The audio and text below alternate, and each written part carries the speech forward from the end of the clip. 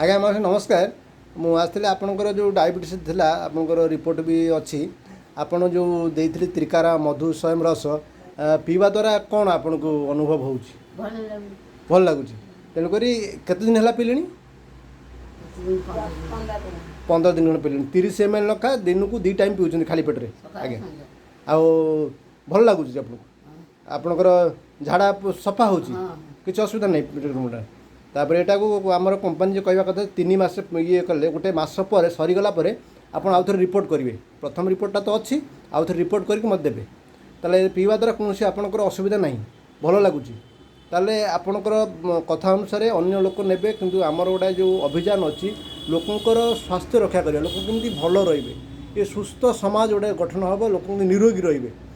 से आपण अन्य लोक नवाई कौन कहे कहबी मोर जमी होती से तुम व्यवहार कर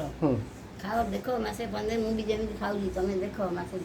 खाई रिपोर्ट कर मसे पर रिपोर्ट कर जदि परिणाम भल आसला डायबिटीज कंट्रोल है तार लेवल कमिला तापर आउ मसे कौन रिपीट कर कि